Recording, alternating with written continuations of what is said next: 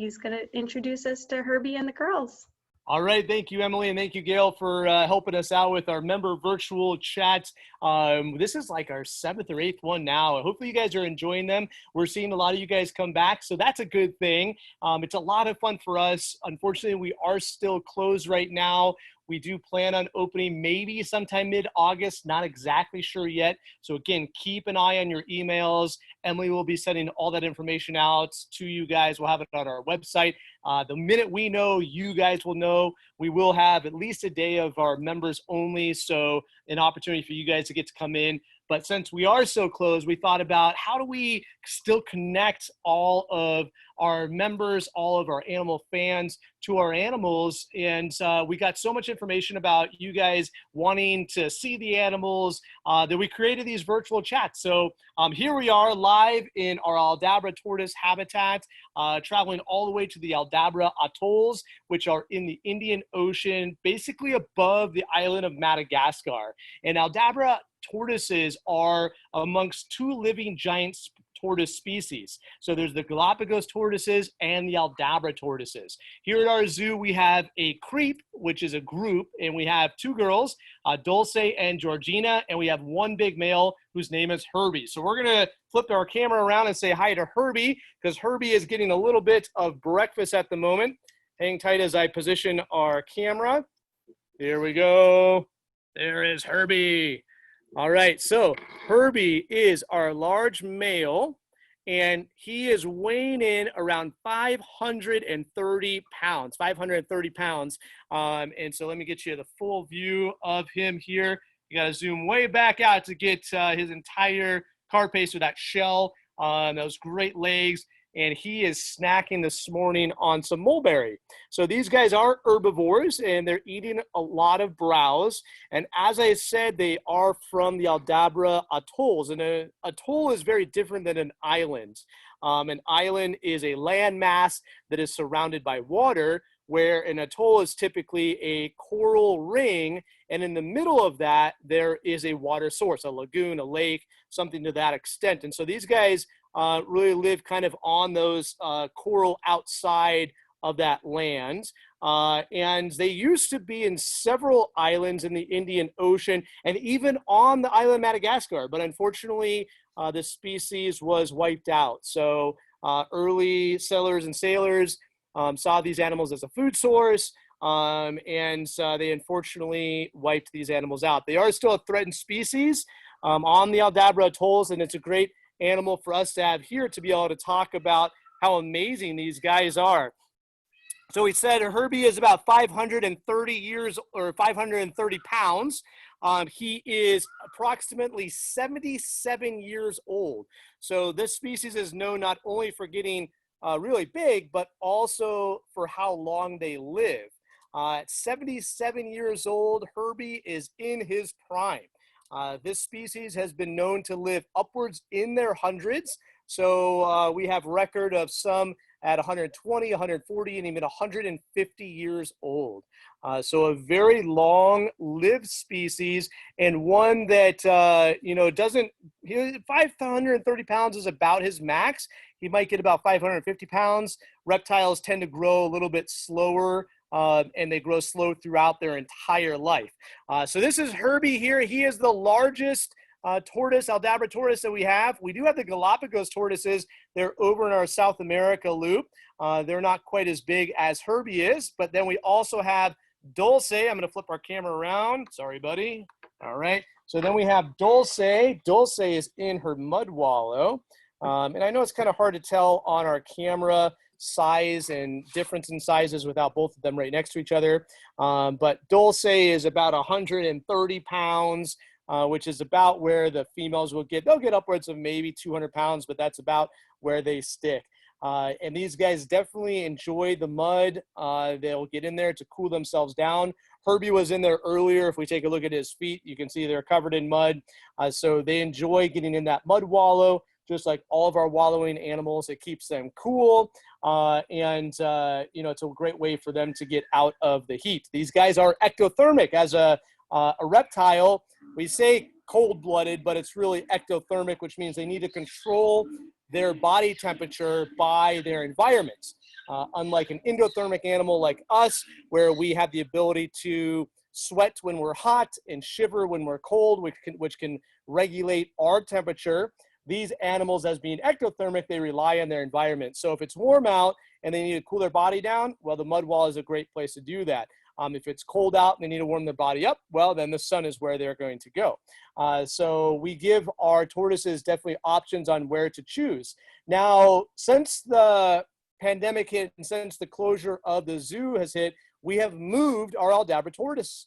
Historically, in the 70s, we built a habitat over near where kind of our giraffe is, the Conservation Learning Center, lion-tailed macaques. That habitat was okay back in the 70s, but now it's really not enough space at their sizes. The indoor space during the wintertime where they go to get their heat is much too small for them. So we've moved them over to where, if we're going really far back, our Visayan warty pigs and then our crown cranes were in this area. And now we've moved our Aldabra tortoises. So I'm just going to kind of swing this around to show you guys our habitat here. Again, there's Herbie.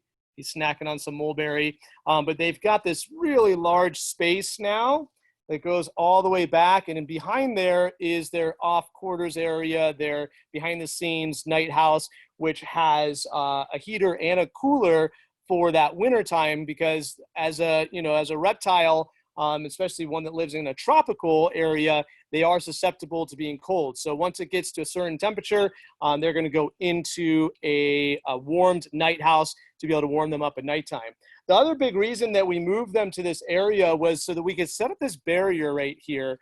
And the barrier allows us to be able to manage the three of them with anything that comes up. So Herbie is named after Herbie the love bug, and he is a lover. And during breeding season, he's very amorous towards the two females, sometimes so much that he can injure them by breeding too much. And so what this allows us to do during breeding season is be able to separate them if we need to. If he's being a little bit too much of a nuisance, we can separate him, which will give the females a little bit of a break. And right now, we showed you Dulce and Herbie. So I'm going to bring this over and try to show you Georgina, because Georgina is actually over here right now.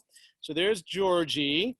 So she's behind this barrier, and that's because she's under veterinary care. She's got a little injury to her foot that we're keeping a very close eye on her. We are in monsoon season, which does tend to bring out the breeding season.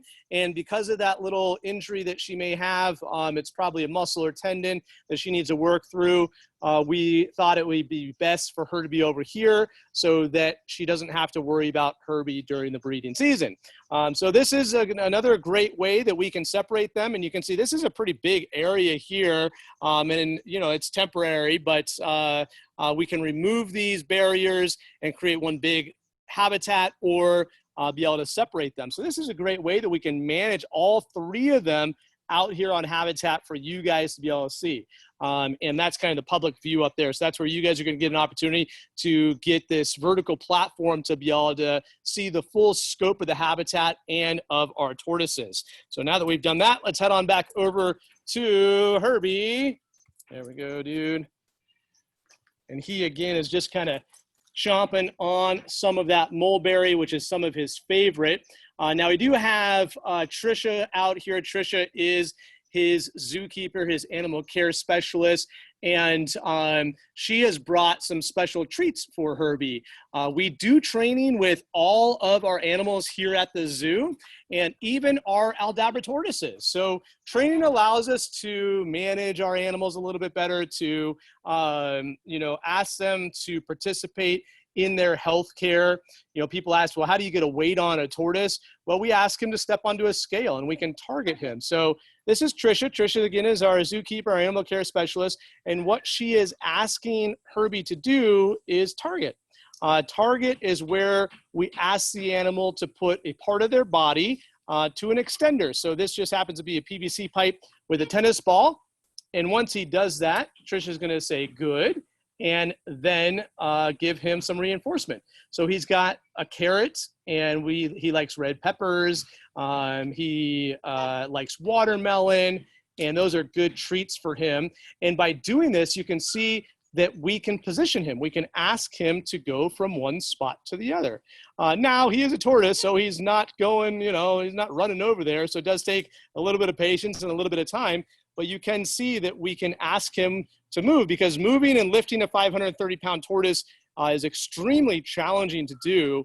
With the girls, it's not too bad. We can pick them up and we can move them. With him, it's very challenging. So the best way to be able to ask him to go is simply have him target. And he does have a very powerful beak that he's going to chomp down on those things. And you can see he's got a carrot right there, but he can very easily spit that out or use his foot to be able to manipulate that. And this is some red pepper here, which is another one of his favorites. Now, tortoises don't have teeth, but they do have what we call a beak. And that beak is extremely powerful.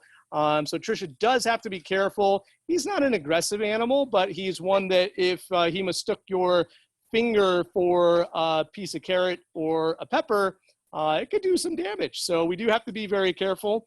And he can be territorial too, especially during breeding season. And so tortoises can definitely shove and push each other. In the wild, males will compete for females, and they will push and shove each other's. And this is a very powerful, solid animal. And I love the feet on these guys. These guys are really designed for four-wheel drive here. They are able to get their body quite a bit up off the ground to be able to get over a lot of obstacles. And again, on the Aldabra Atolls with the coral reef, there could be, you know, sharp rocks and a lot of obstacles that these animals have to navigate. And to do so, they have this ability to get up off the ground and this four-wheel drive here. So again, let's see if we can get a different view over here. I'm trying to work with our sun and our camera. So this is an animal that we do go in with. So we have free contact. A lot of the animals we've talked about before, we have protective contact, so it's a barrier between us and that animal. And that is because those animals are powerful animals that do have the ability, if we went in with them, to use some of their natural adaptations, and we could get injured. So if we went in with a lion, if we went in with a jaguar, an elephant, a zebra, a rhino, those animals have great adaptations that, you know, we could get ourselves injured. So we have protective contact with those guys. With the Aldabra tortoises, we do go in with them, and we can maintain their habitat. We can feed them. One of the things that he really loves is he loves scratches. And he loves scratches right on that neck right there. So you can see Trisha coming in, and what he'll do is just kind of pause. And this is a great way that allows our vet to come in and really assess him, because you can see what he's doing is he's sticking his head out and he's got his legs up. And so this is a great way where we can really do a full body check on him. We could draw blood on him. We could do a vaccine on him.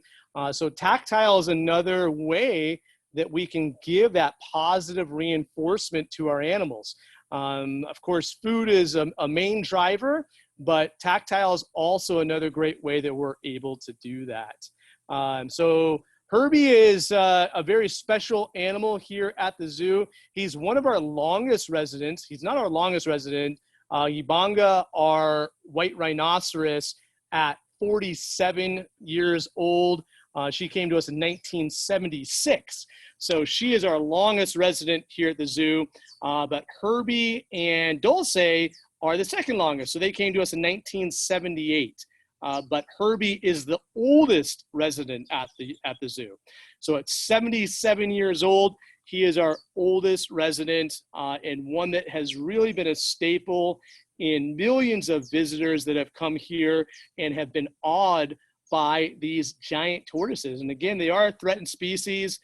Between the Galapagos and the Aldabra Islands, these animals are now isolated just onto those areas. And unfortunately, the Aldabra Islands are a bit threatened as well because of where they are. The coastal water in those areas are rising. And by those coastal waters rising, they can encapsulate the entire atolls. Remember I said that the atolls are a kind of coral reef circle that is encircling a water source, a lagoon, a pond that rivers flow into. And so if the coastal water rises on the outside, it basically takes over the entire atoll. And as we're seeing our water rise, our climate warming, these animals are in a threat for losing their home. So it's one thing that we talk about here at the zoo on, well, how do we help that out? Well, one of the biggest things that we can help out with our warming climate is changing our dependence on fossil fuels. And so by changing our dependence on fossil fuels, by carpooling, by riding the bus, by riding your bike, and using solar power when you can, using energy-saving light bulbs, all those things help to reduce the dependence on fossil fuel, which in turn is going to help our warming climate, which in turn will help our rising seawater, which in turn will ensure that our Aldabra tortoises have a home. He's funny when he gets the piece stuck on his beak there. I'm sure a lot of you guys that maybe have tortoises at home will have seen that. But again, he's fully capable of getting it off on his own. So another amazing species that we have here at the zoo, and I'm pretty excited that we were able to get up close and say hi to him. Emily, at this point, do we have any questions out there? We sure do. So you mentioned that Herbie's kind of a love bug. Do they have a breeding recommendation? They do not have a breeding recommendation, and he has bred the females. We have not had any eggs, and Trish and I were actually talking about that earlier. We're not exactly sure. I'll have to talk to Dr. Jarko, who's our reptile vet, next time I see him. The females have not laid any eggs, so but they do not at this point have a breeding recommendation. They could have clutches up to about 15 to 25 eggs at a time. So, we do have to be very aware of that. We allow them to be in the same place. If we did have eggs, it'd be very easy for us to go in and be able to remove those. Because again, if we don't have a breeding recommendation for an animal, it's not responsible for us to breed those animals. We work closely with the Species Survival Program, which is our tag for each species that ensures that we are moving and shifting and breeding animals responsibly for the future. So as an AZA accredited zoo, we are part of that organization and upholding the highest standard of working with exotic animals. And in doing so, we maintain that responsibility of ensuring the future generations of these animals by working cooperatively with our other AZA zoos. So at this point, they do not have a breeding recommendation, but who knows in the future? So like I said, he's kind of in his prime right now. So how much will they eat a day? That's a great question. They browse throughout the day. They are herbivores. So, I mean, if I had to guess, maybe 15 pounds, maybe 10 pounds, it might be a lot. Maybe about 10 pounds. They do Yeah, get Trisha's a saying lot about of 10 lettuce. pounds. They get a lot of salad in the morning. And we change out their produce every day as well, but we give them free choice of the hay that's offered throughout the day whenever they need it. So they always have a food source here, and they get different types of goodies like carrots or lettuce or mulberry or red peppers, but they always have access to a food. So, they don't eat a lot. Again, it's a reptile, so very different than a rhino or an elephant who's consuming a lot of calories because they're burning so many. So, all right, Emily, what else we got? Continuing on the topic of food, one of our viewers says that it seems like he's eating a lot of pieces whole. So can you talk about their digestive systems? Yeah, so these guys, will bite off chunks. They don't really chew them up. And they've got a great digestive system that allows them to really eat all of that roughage and absorb a lot of that nutrients. Now, their feces does have, so they're absorbing probably about 80% because it is very nutrient rich when it passes through them. And that actually helps to fertilize some seeds that they may eat for other grasses and plants. He's going to come say hi to the camera. It's like, what are you guys doing in there? So he's a very curious tortoise on what's going on in his environment too. So he does like to kind of investigate what's going on here. So All right, what else you got, Emily? Do they make any types of sound? They do make sounds. He can make a growl, and a lot of people will know their noises from when they breed. So they make an interesting noise when the males are breeding. He can make a growl. He can make a hiss.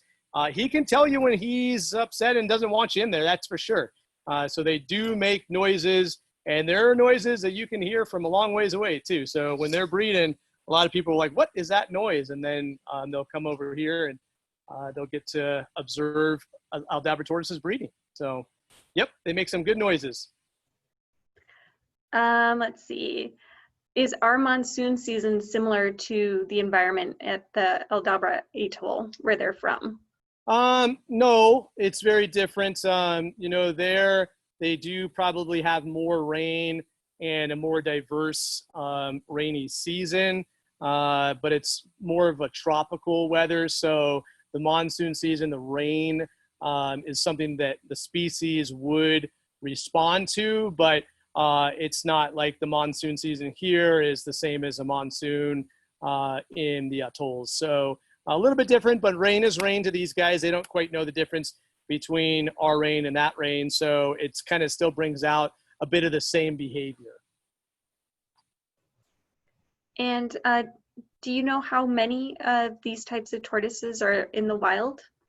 Great question, and I don't have that number.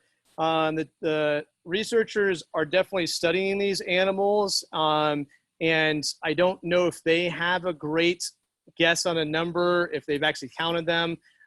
So I don't know what the actual number is on the Aldabra Atolls or the Galapagos Islands, but I do know that it is a threatened species and a species that used to be in several of the islands in the Indian Ocean, and again on Madagascar, which there are no longer, you know, Aldabra tortoises in those areas. And since Trisha is giving him a lot of scratches, what does his skin feel like? What do you think his skin would feel like, Trisha? Well, it definitely feels like tortoise skin. It's harder, but I mean, it's soft and loose where his neck is. I'd like to relate it kind of to a rhino, but a lot of you may have not touched a rhino before. Yeah, so she says it feels like tortoise skin because that's what we feel. I would say it's kind of leathery. You know, it feels a little bit leathery, and it is hard to explain and describe what it is. It's hard. It's you know, it's got a lot of texture to it. So it is rough. So, you know, I mean, they're very hardy animals. The skin on the neck is obviously loose because they can pull their head all the way out here, or they can tuck it all the way into their shell. So that elasticity allows them really to be able to have good flexibility to be able to move that head in and out. Yeah, it's very interesting. It's actually very soft, kind of up in the shell right here. So it's very soft right there. And again, that skin has to be more pliable and flexible for the head movement. What does the shell feel like? Well, the shell's very hard. So, but it has a lot of texture on it also. Each one of these are called a scoot. So those scoots start off very small when they are hatchlings, and they will grow with them. So it's very hard, almost like a brick. Yeah, sandpaper on the top. That's a good kind of comparison. So very, very solid animal. And that shell is actually attached to their spine. So they can't pop out of that shell, contrary to the Looney Tunes and some of our animated cartoons. That is part of their spine. And of course, a great adaptation for a tortoise. They just bring their home along with them. And you did mention that Herbie can't pop out of his shell. Can he withdraw into his shell? He can, yeah. So he can tuck in. He can't really tuck his legs all the way in, but he gets his head pretty far in there. So yeah, I mean, it's impressive because you can see how big he is right here. It's like, how does all that fit inside there? Well, it does. And again, on the Aldabra Atolls and the other islands where these animals were from, they don't have any natural predators.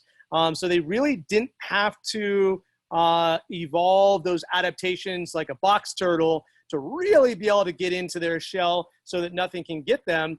So they can kind of pull in a little bit, but not all the way like some of our other turtles and tortoises can. Like a desert tortoise can really tuck himself in there.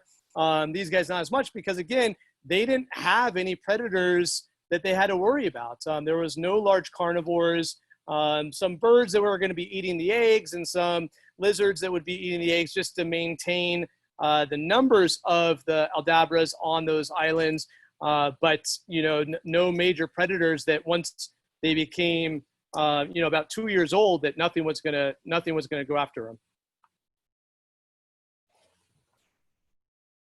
All right, Jed, could you please tell us more about their senses? How is their ability to see, smell? How do they, you know, perceive threats or find their food?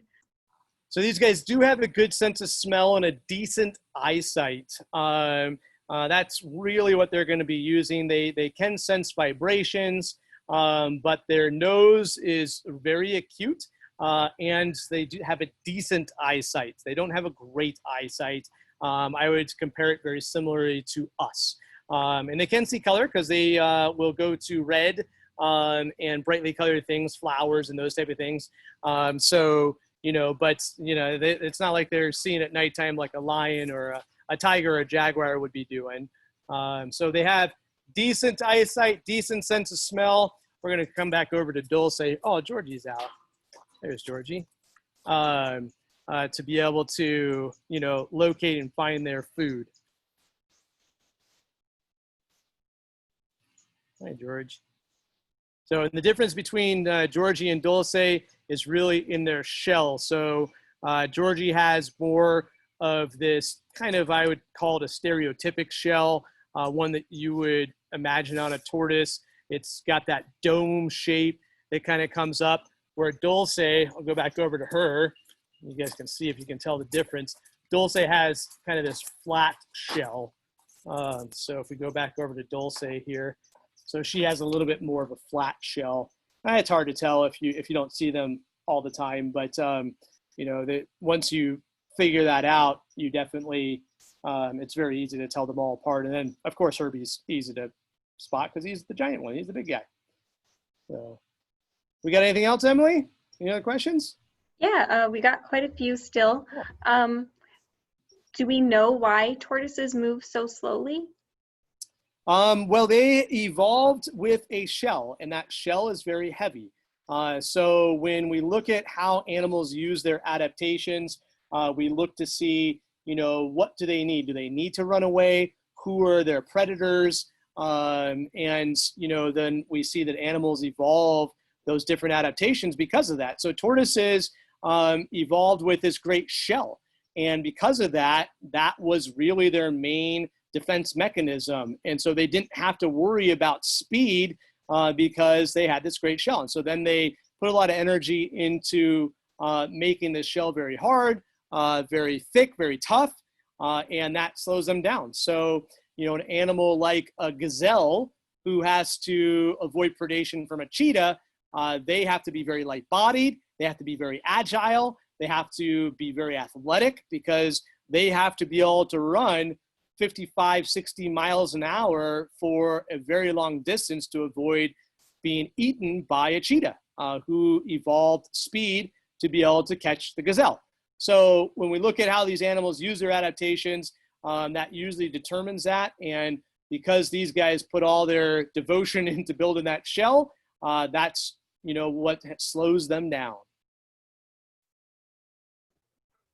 And we had a question about Herbie specifically, his coloration. How much of that is his natural coloring and how much of it is like dirt and mud from his environment? Yeah, great question. And we'll go back over to Herbie if we're going to talk about him. So if you see his shell, he does kind of have this, and I know it's hard to get colors with our web camera here, but he's got this yellow, brown, kind of tawny coloration to his shell. And then maybe he'll stand up and you can see the red. So there's red that's on the bottom here. That red is algae from the mud, which is very common on what you would see on these guys in that lower part. So, you know, they're spending a lot of time in there. Doesn't hurt the shell at all. And so that red coloration is from the environment, but the top is really all him. Now, his dirty legs, that's just the mud that's on his dirty legs. So he's kind of a grayish looking, you know, if he was completely clean here, as he's now like, oh, what do you want to do? Are you going to give me more food? So he's going to try to investigate again. But yeah, let me see. The sun's sun's kind of playing with where he's at here. So sorry, it's hard to get the coloration on there, but when you come to the zoo next, when we open back up, when you see that, now you'll know. Maybe if he goes in the shade, it'll be a little bit easier for the camera to focus. Maybe that might be a little bit better. Maybe you can see a little bit of red coloration right at the line there. So again, that's from the algae of the mud, which is a very common thing that you would see in all these guys. Awesome, thank you. And it looks like he can move at a pretty good clip when he wants to. Yeah, he can move fast. So, you know, I mean, he's one that can sneak up on you. You think tortoises, oh, we're just going to move super slow so we don't have to worry too much. Yeah, he can sneak up on you. So he's one that you do have to be aware of because, you know, he might want to investigate what you got on with his mouth or even use his body and his shell to nudge you a little bit. So, yeah, you definitely got to keep on your toes here and remember where he's at. The girls, they don't really care. He's the one that's usually out roaming around. Let's see. So you did mention that their shell is attached to their spine. Can they feel through their shell? And if their shell gets injured, can that ever heal? Is it a permanent injury? What can you tell us about that? Yeah, so they can feel their shell. So they can feel us scratching their shell. And if they get an injury on their shell, it can heal depending on the severity of that.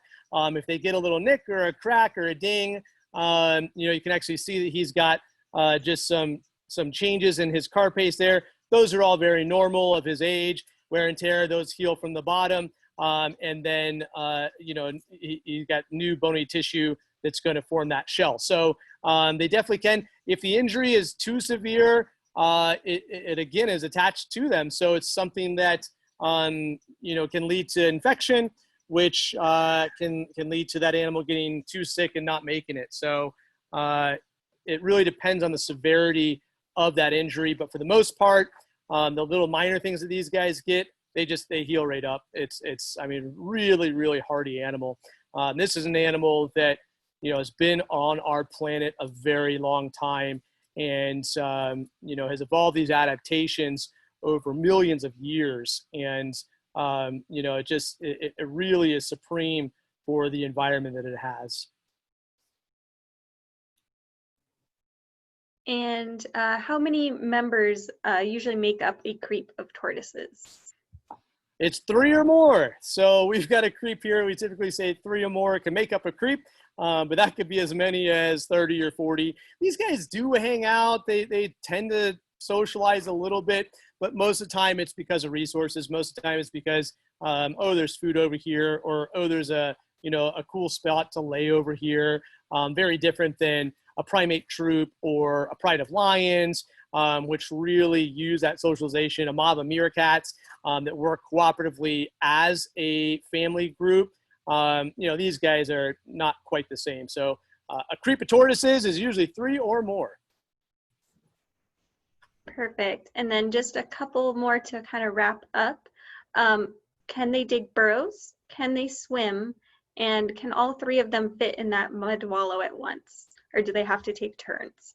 All 3 of them can fit in the mud wallow. They will dig holes, not burrows. So different than a desert tortoise that's going to dig a great burrow, or even the sulcata tortoises from Africa.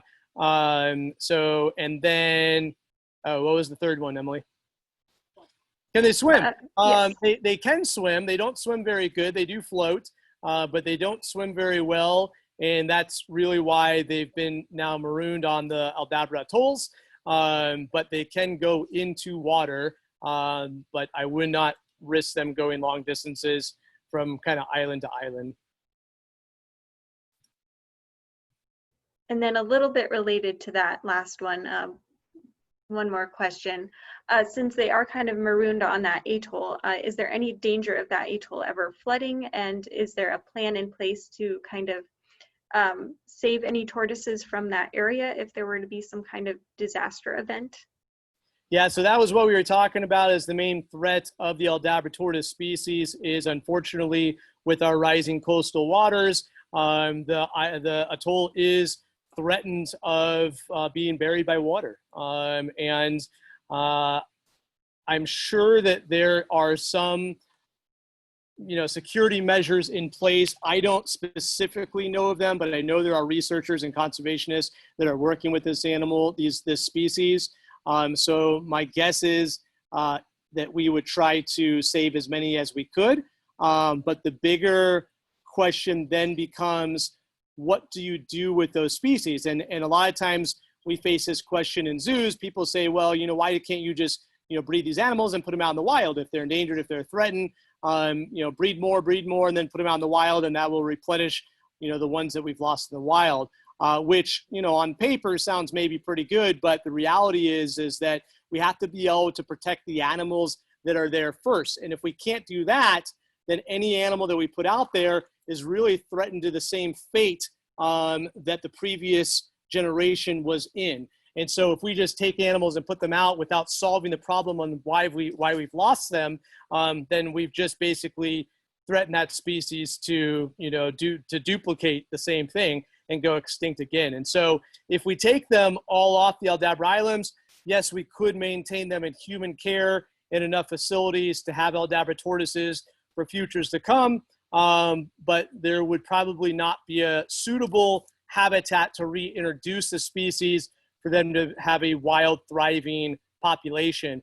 And so that's where we as conservationists, as researchers, as educators, look at these species and try to, one, teach people about them, which is what we're doing today, teach people about the threats that their wild counterparts have, which is what we've done today, and then provide conservation funding and research to try to help those wild populations, which is what Reid Park Zoo does globally.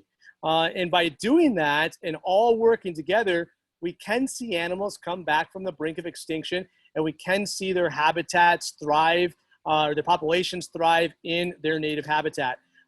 So I guess if, the worst case scenario, the water levels continue to rise, they take over the atolls, yes, we probably could maintain Aldabra tortoises in human care as long as we had genetic diversity. That's not what we want to do, though. And you said that Herbie was over 70 years old. How old are Dulce and Georgie? So Dulce is about, what did we say? Dulce was 72 years old. Yeah, she's in her 70s also. And Georgie is, she was born in 2004. Or no, maybe she came to us. She's 18. Yeah, so she's 18 years old. So yeah, Georgie is the youngster, and Dulce and Herbie are in their 70s, which again, the species can easily live into their hundreds, 140, 150, some even late hundreds. That's fairly rare. Because it's such a long living species, we don't have the greatest records of some of those older tortoises, but we know that it's a very, very long living species. It's a pretty cool view we got right here. So giant tortoise species eating some mulberry. I love their little mouth. Wow. All right, Emily, what do you think?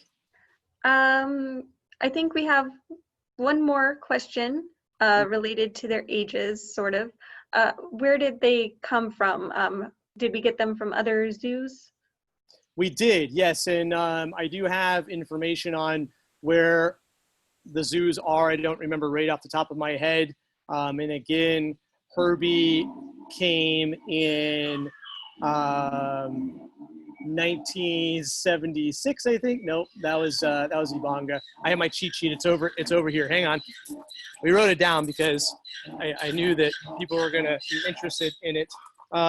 So he came in 1978. That's right, because Ibanga came in 1976, which is our rhino. She is the oldest resident, the longest resident here at Reid Park Zoo. So 1978 is when Herbie and Dulce came, and then Georgina came in 1974. Let's see, 2001. 2001 is when she came. So yeah, so they've been here a very long time. How do they feel about the noise from the lemurs? Sorry, Emily. Speaking of Madagascar, those are our black and white ruffed lemurs. They were communicating over there, and I don't know if you heard a little bit ago, we had our zebras that were braying. So they don't care about any of them. They could care less. Again, they've got, a sense of hearing, more vibration, but the eyes and the nose are more what they're going to be using as senses. Did I see that somebody said Portland, that Dulce came from Portland? Is that? Did I just see that? Susan says that Dulce came from Portland Zoo and Herbie came from John Ball Zoo. John Ball Zoo, yeah. So Susan, one of our docents, we have a docent book that has all that information for our amazing docent volunteers that are out there educating you guys, so that they have those great facts that really tie in the connection of the animals. That's what's great about these programs, about our teen volunteers, our adult volunteers, our education program, is that we find unique and fun ways to really be able to connect to you guys. We want these tortoises, we want you to feel like they're your tortoises. Reid Park Zoo is such a community zoo, and I love seeing kids run into the zoo and say, that's my Denver, I'm going to feed my Denver, which is one of our giraffes. And that shows that child is connected to that animal, is passionate about that animal because they know about them, they know her name, they know her history, they know where she's been. They feel like they're hers, they're theirs, and that's exactly what we want. That's one of my favorite things that I get to do here, is connect you guys with these animals. I want you to feel as passionate about them as we do here, because when we do that, that's when we can turn that into action, and we can help protect these guys. So with that, I think maybe we'll wrap up our Aldabra Tortoise, Herbie, Dulce, and Georgina member virtual chat. Again, I just want to thank you guys for tuning in on this Saturday morning. Next Saturday, we're hopefully going to be over at our otters. It's been a ton of fun for us to be able to do these. So thank you guys for participating. Thank you for all the amazing questions. And as always, I am Jed Dodds, bringing the zoo to you, and stay wild out there too.